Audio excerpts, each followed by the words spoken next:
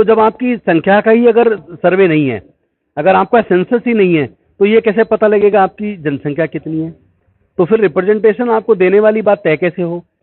तो अभी न्याय होता दिख नहीं रहा है। तो हमारे लोगों को मजबूती के साथ एकजुट होना पड़ेगा। जिन 3 जातियों का पूरे देश के संसाधनों पर कब्जा है, वो 100 में से आपको 2 मिलेंगे।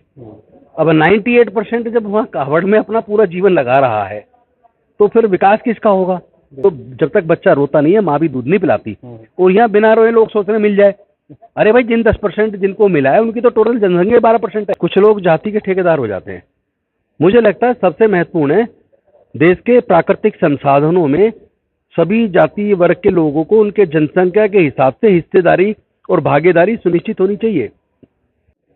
साथियों नमस्कार, मैं हूं नीरज पटेल और आप देख रहे हैं नेशनल जनमत। इस समय मैं दिल्ली के कॉन्स्टिट्यूशन क्लब ऑफ इंडिया में हूं। बहुसंख्यकों की हकमारी को लेकर के तमाम सारे दावे किए जा रहे हैं, मुखौटे भी सामने आ रहे हैं। जब कुछ मिल जाता है तो तमाम तरह के लोग सामने आते हैं। कोई कहता हमने दिलवा दिया, कोई कहता उनने छीन लिया। अभी आप एक फार्मूला बता रहे थे, कैसे इस हकमारी को रोका जा सकता है? नहीं, फार्मूला तो मैं ये कह रहा था कि जैसा बाबू जगदेव प्रसाद कुशवाहा जी ने कहा था, 100 में 90 शोषित हैं, शोषितों ने ललकारा है, धन धरती और राजपाट में 90 भाग हमारा है। तो ये जो 90% है, ये 115 करोड़ है। उस 115 करोड़ का 1% 1 करोड़ 15 लाख, जिस दिन ये तय कर ले कि हमें संवैधानिक तरीके से बिना कानून को अपने हाथ में लिए सरकार से अपना हक लेने के लिए सड़क पर आना है, उस दिन केंद्र की सरकार हाथ जोड़ के कहेगी, आप बताइए आपको क्या चाहिए, हम सहसम्मान आपको दे देते हैं। तो ये तो देखिए, लोग कहेंगे कि आप मंत्री हैं तो जनता से आप उम्मीद कर रहे हैं कि आप प्रदर्शन करिए और नेता कुछ ना करें। नहीं, हम सबसे आगे होंगे। हम लोगों के गांव-गांव में जाके लोगों को जगाने का काम आज भी कर रहे हैं, क्योंकि हमें अच्छे से पता है कि ये जो कुर्सी है, ये एक जिम्मेदारी का पद है। और डॉक्टर बाबा साहेब अम्बेडकर जी ने जो रिजर्वेशन की व्यवस्था करवाई थी, वो इसीलिए करवाई थी ताकि हमारे लोग रिजर्व सीट से जीत के जाएं और वहां जाके अपने समाज के दुख दर्द और उनके मुद्दों को संसद में और विधानसभाओं में रखें।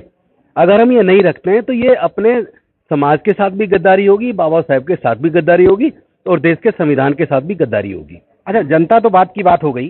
पहले जो ओबीसी और एससी वर्ग से आने वाले सांसद या विधायक हैं, क्या वो अपनी जिम्मेदारी ठीक से निभा पा रहे हैं? वो निभाते तो यहाँ आपको इतना बड़ा प्रोग्राम करने की थोड़ा जरूरत पड़ती।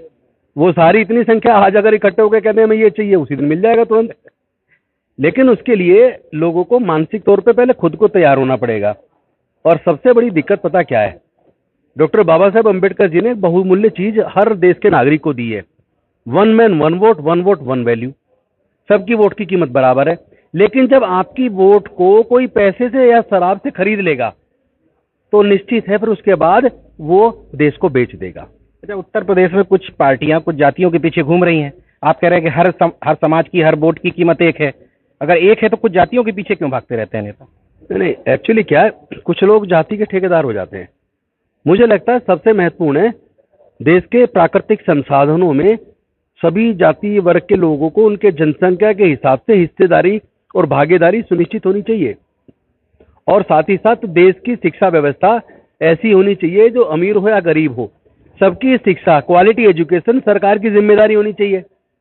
दिल्ली की सरकार ने दिल्ली में एजुकेशन को सुधार दिया, पर दिल्ली तो छोटी सी है, देश बहुत बड़ा है। पूरे देश में शिक्षा व्यवस्था जैसे दिल्ली में सुधरी है, वैसे पूरे देश में सुधरनी चाहिए। और इसके साथ साथ स्वास्थ्य सेवाएं, स्वास्थ्य और शिक्षा दोनों किसी भी सरकार की प्राथमिक जिम्मेदारी है, जिस जिम्मेदारी से ज्यादातर सरकारें भाग रही हैं। हमारे लोगों को अगर क्वालिटी एजुकेशन मिल जाए, क्वालिटी हेल्थ सर्विस मिल जाए, बाकी काम तो हमारे लोग अपने आप कर लेंगे। लेकिन ये पहले सुनिश्चित तो हो। जातिवार जनगणना अहम मुद्दा बना हुआ है, सरकार इससे भागती क्यों है? क्या तकलीफ है सर? ये अहम मुद्दा है क्योंकि एम नागराज के जजमेंट में माननीय सर्वोच्च न्यायालय ने कहा है कि एडुकेट रिप्रेजेंटेशन होना चाहिए, लेकिन उसको जानने के लिए सर्वे होना जरूरी है कि उनकी जनसंख्या कितनी है और उनके कितने % लोग वहां पे रिप्रेजेंट कर रहे हैं। तो जब आपकी संख्या का ही अगर सर्वे नहीं है, अगर आपका सेंसस ही नहीं है, तो ये कैसे पता लगेगा आपकी जनसंख्या कितनी है? तो फिर रिप्रेजेंटेशन आपको देने वाली बात तय कैसे हो? या देश की सरकार कोई भी नीतियां बनाती है तो वो देश की जनसंख्या को ध्यान में रख के बनाती है। उसी तरह ओबीसी एससी एसटी के बारे में कोई भी नीति बनती है तो उसकी जनगणना का पता होना जरूरी है। एससी एसटी की जनगणना का तो चूंकि जनगणना होती है तो पता है, तो उनका निर्धारित भी है कि भाई इतना % हो गया, इतना बढ़ गया, तो उसी हिसाब से वो रिप्रेजेंटेशन मिल जाता है। ये लेकिन ओबीसी के को कब मिलेगा? जब तक उनकी जनगणना नहीं होती और ये तय नहीं हो जाता कि कितना % उनकी पॉपुलेशन है, तब तक उनके साथ जस्टिस तो नहीं हो सकता। 27% दिया है तो ये जस्टिस नहीं है। उनके हमारे ओबीसी के लिए के आरक्षण के लिए लंबे समय तक 43 साल तक इंतजार करना पड़ा है और कितने लोगों की जान गई है, कितना लंबा आंदोलन है, तब जाके हक मिला है। लेकिन ईडब्ल्यूएस ने तो जनरल कैटेगरी से कभी मांगा ही नहीं, बिना मांगे 4 दिन के अंदर उनको रिजर्वेशन दे दिया और कोर्ट ने आज तक स्टे नहीं किया। कोर्ट में आज भी विचाराधीन है, लेकिन मंडल कमीशन में तो जाते ही पहले स्टे किया। तो आप ये मान के चलिए कि न्याय होना, नीट में भी मिल गया बिना मांगे। न्याय होना और न्याय करने में अंतर है। जो जजमेंट हमारे माननीय न्यायाधीश करते हैं, उस जजमेंट में जब हमें तो ज्यादातर आजकल न्याय नजर नहीं आता। जुडिशियस जजमेंट होना चाहिए, उसमें एप्लीकेशन ऑफ माइंड होना चाहिए, क्योंकि जुडिशियल ऑफिसर को ये देखना चाहिए कि संविधान के हिसाब से, कानून के हिसाब से कौन से इशू इन्वॉल्व है और उन इशू को कैसे रिड्रेस करना है। अगर वो निष्पक्ष तरीके से करेंगे तो न्याय होगा, और अगर एक पूर्वाग्रह से ग्रसित होकर करेंगे तो न्याय नहीं होगा।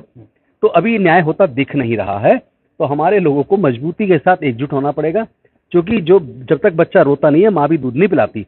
और यहाँ बिना रोए लोग सोच रहे मिल जाए, अरे भाई जिन 10% जिनको मिला है उनकी तो टोटल जनसंख्या 12%। अभी कुछ दिन पहले कावड़ का टाइम था, अब तो ये चलो इस बार परमिशन नहीं मिली, अदरवाइज कावड़ जब लेने जो लोग जाते हैं, वो लोग अगर स्कूल में या कॉलेज में पढ़ रहे हैं तो 1 महीने की छुट्टी करते हैं, पूरी अपनी पढ़ाई खराब करते हैं 1 महीने की। और अगर किसी फैक्ट्री में कहीं नौकरी कर रहे हैं तो 1 महीने की छुट्टी करते हैं, तो उनकी 1 महीने की तनख्वाह भी जाती है, क्योंकि वो तैयारी शुरू करते हैं कावड़ जाने से पहले 1 सप्ताह पहले, और आने के बाद कहते हैं पैर सूजे में 15 दिन रेस्ट करते हैं। और वो लेने जितने लोग जाते हैं, अगर 100 की गिनती आप देखोगे भाई कौन कौन किस कास्ट से है, तो आपको जिन 3 जातियों का पूरे देश के संसाधनों पे कब्जा है, वो 100 में से आपको 2 मिलेंगे। अब 98% जब वहाँ कावड़ में अपना पूरा जीवन लगा रहा है, तो फिर विकास किसका होगा?